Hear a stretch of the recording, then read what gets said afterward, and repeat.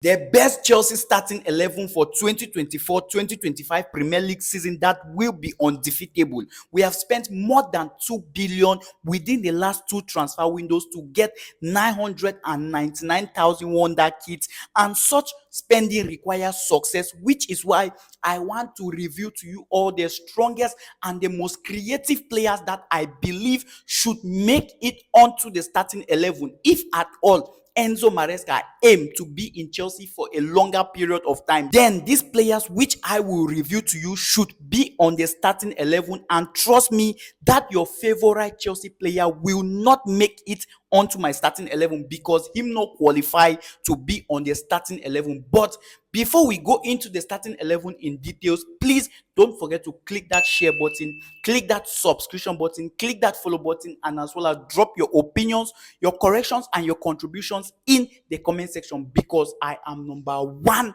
Chelsea fan. The first on my list, which is the goalkeeping position, Petrovic needs to start. Yes, I know Petrovic conceded a lot of goals last season, like we were conceding goals for fun, but that is all due to the failure of our defenders. I can remember Disasi scoring the best goal of his career against Chelsea. This guy literally made a mistake that led to Chelsea conceding a goal. I can also remember Badeshield making a lot of mistakes whenever he steps on the pitch, and Petrovic, who is a newly stepped up goalkeeper, could not do better than what he did. Trust me, Petrovic is that goalkeeper who, if at all we should have a proper defense, then this guy will be the best version of himself. His footwork is really good, and I believe Enzo Maresca, who is a possession and attacking based footballing coach, will definitely use this guy. At that right back, it has to be our favorite player, Reece James. Now, I'm not putting Reece James on this starting 11 because he is good looking or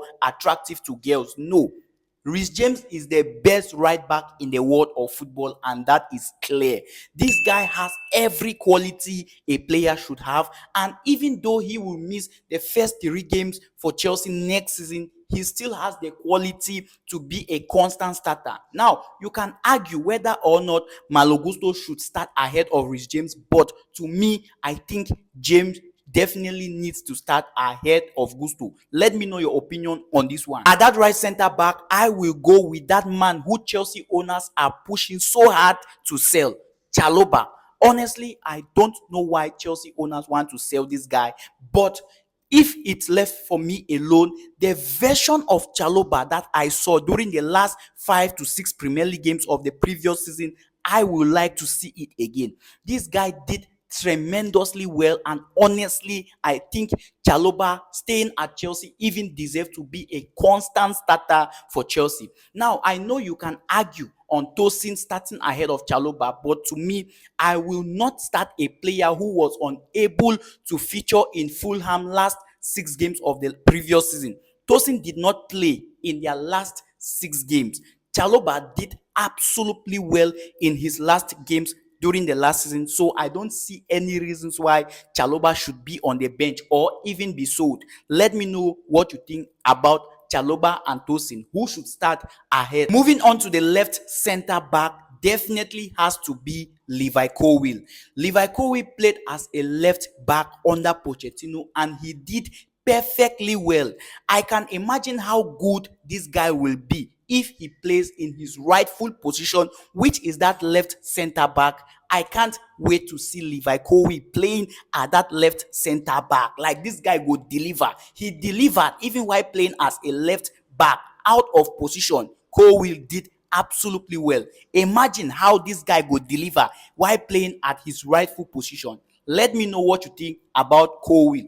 Moving on to that left back, it's no other man but Marc Cucurella, the man with the most attractive hairstyle, the man or the main reason why Spain are so successful these days. Marc Cucurella has been a machine in Spain national team. The version of Marc Cucurella I saw from the previous season, like during the end of last season, ever since this guy returned back from that his injury, Cucurella has been on fire. This guy has made 100% complete passes with Spain. He has won man of the match during these Euros. Like Cucurella has just been outstanding. You get, Cocorella has just been outstanding, and I don't see a left back better than Cocorella at the moment. You can argue with me, oh, you can name them, but to me, I will prefer Cocorella ahead of any left back as we speak. Moving on to that midfield, which has to be the easiest and the most understandable one. None of you need to argue with me because what I'm about to say is truly right. Honestly, I will go with Gallagher, Moses Casedo, and Kopama together at that midfield.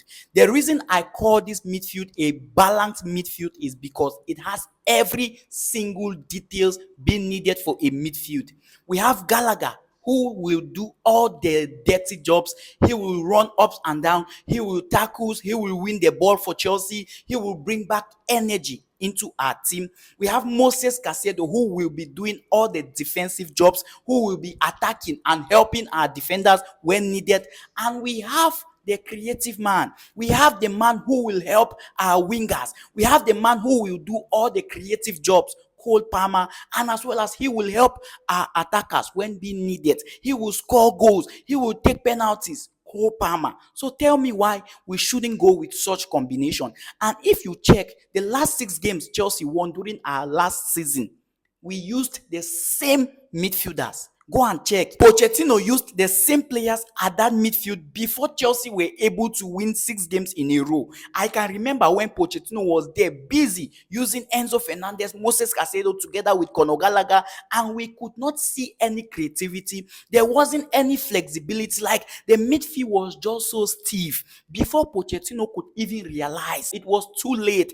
And luckily enough, Enzo Fernandez was injured. I don't think if Enzo was not injured, Pochettino would have realized that those combinations did not work. Now, I'm not saying I am happy or I was happy when Enzo was injured. No, but I think at the same time, that injury just helped Chelsea to realize what we needed to do earlier. Using Moses Casedo, Cole Palmer together with Conor Gallagher at that midfield has to be something which we need to repeat. We need to see what these guys can do again, and I believe it will be a successful one. Now, I know some of you will argue about Gallagher starting ahead of Jules Brihol. Well, it's simple and very easy to understand. The reason why I will start Gallagher ahead of Jules Brihol is because we have Palmer as a creative player. Jules Brihol is a very creative player as well. Who will be the energetic player? What if we meet with a team who play attacking and possession-based football? Who go tag? Abi you wan go dey play creative when they dominate you? No. We need someone who can win the ball. We need someone who can run ups and down. We need someone who can tackle without being tired. We need someone who can bring energy, who can encourage, who can lead. You get? And Gallagher seems to have all those qualities. I will start Gallagher ahead of Jules Brihol, honestly. Now, I will not argue about Gallagher not starting in some games. Jules Brihol can start ahead of Gallagher in some certain games, but not all, which is why I will make Gallagher my main starter ahead of Jules Brihol. You can argue and tell me all sorts of things. You can tell me I don't have sense. You can tell me this and that and that and that, but it's still clear. Gallagher is a unique player. We don't have 2 types of Gallagher in Chelsea. No. We have Palmer as a creative player. We have Jules Brihol as a creative player. But we don't have an energetic player as Gallagher in Chelsea. Take it or leave it. I don't know your opinion. You can let me know what you think about that. Let's now move on to that striking position before we go to the left and the right wings. Now, I know most of you will be expecting me to play this one, to play this one, to play this one. First of all, if we get a striker who is more better than Jackson, then Jackson will chop bench. I will bench Jackson if at all we get someone more better than him. But at the meantime, Jackson will be my main starter. Jackson will play as a striker. I know Jackson missed a lot of chances last season. He is not clinical, but if you check overall, Jackson is a very good and talented player. Like, this guy can create chances. This guy is fast, very smart, and as well very energetic. If you check, he played a lot of games last season. 90 minutes. He played and he was good, scoring 14 goals, providing 12 assists in his debut season with Chelsea, where results were inconsistent, a very toxic environment. You don't expect Jackson to do better than what he did. You get, Chelsea were not that good. And trust me, if we give Jackson time, if we can be patient with Jackson, I believe we all will be happy with Jackson. I believe this guy will reach that level whereby you are expecting him to be. Now, we have bought Mark Gu from Barca. Do you expect Jackson to bench? Why this guy start? It's impossible.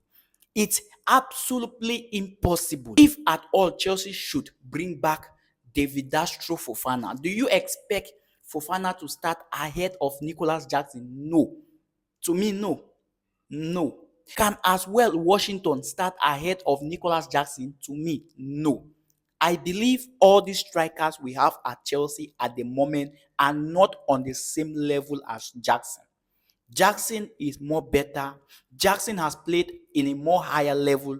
Jackson has gotten more minutes, and I think he should start ahead of them. But if we can get strikers like Osimhen, Gyökeres, all these big name strikers, not Jonathan David, not is it Johan Doran? No, they will still not start ahead of Jackson for me. Jackson will remain my main starter until we get someone more proper. Talking about that left wing, this is where it gets tricky. But I will be honest and fair to you guys that I will start Raheem Stanley ahead of Mudryk. You know, consistency in football is what makes a player a good player. You can't play one game and become Ronaldo or Messi. No. The reason we argue Ronaldo and Messi, or the reason we call them GOATs today, is because of what they have done during a period of time. Ronaldo has been doing it for a very long period of time, and he is still doing it till today. Raheem Stanley, on the other hand, has been a very inconsistent player at Chelsea. I will not cap or come here to lie. No, I haven't enjoyed Stanley like I enjoyed him when he was at City. Stanley has won almost everything a footballer needs with Man City. But at Chelsea, this brother is still to do what he has been paid for. But at the same time, this guy has experience. This guy is that player who can come in and change game. Stanley has done it before. Him don't come change. Like Chelsea were losing and Stanley came up and changed the game within few minutes. You get? And he had a very good end of season while starting from the bench. He came on, scored some brilliant goals, missed some good chances that we all were so angry, but overall, Stanley should start. Now, I am not doubting the fact that Mudryk will definitely do better this season. I know Mudryk is that player full with potentials. This guy is a baller, complete baller. But I feel like Mudryk hasn't arrived there yet. I feel like Mudryk is that kind of player who is still searching for what he needs to do. Like him still dey search for his balance. You get? He's still searching for his balance. And I will not like to pressure him while searching for what will make him better. Better let him get few minutes. If he should get few minutes, him no go like am at all. And because of that, he will work harder. He will try his best to see what extreme level he can arrive at. And him doing such things, definitely him will arrive his full potential. So to me, I don't think Mudryk should be a regular starter. And even if you want to check his previous games with Chelsea, Mudryk has not been consistent. Like him, they play ball like him just they run up and down. Him just they strike anyhow without any direction. You get? So to me, Mudryk should start from the bench while Raheem Stanley plays ahead of him. Now, that right wing is a very controversial one. I don't know if my opinion is based on emotion or favoritism at this point, because those two guys at that wing are very good.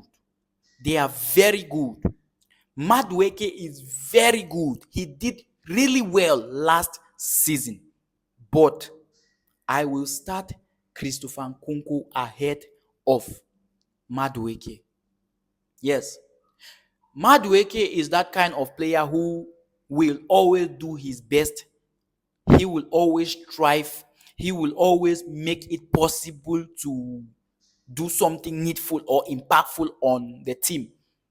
But Christopher Nkunku is that game changer player, that kind of dependable player, that kind of player who, if he should be on the pitch, you have confidence. You believe Chelsea can win. Christopher Nkunku has those qualities. We have seen it. He has done it, not like I'm capping here. No, he has done it before. Not like Madueke hasn't done it or cannot do it too. No. But what is making me to pick uh, Christopher Nkunku ahead of Madueke is just consistency. It's just consistency. I think the few minutes that Kunku had, he was more consistent than Madueke. Madueke is a one-game player. I think he needs to work harder. I think he needs to put in more effort to become my regular starter. But at the meantime, Christopher Kunku should be my regular starter. Now, I am scared if this brother will be fit. Kunku is an injury prone, like a top class injury player.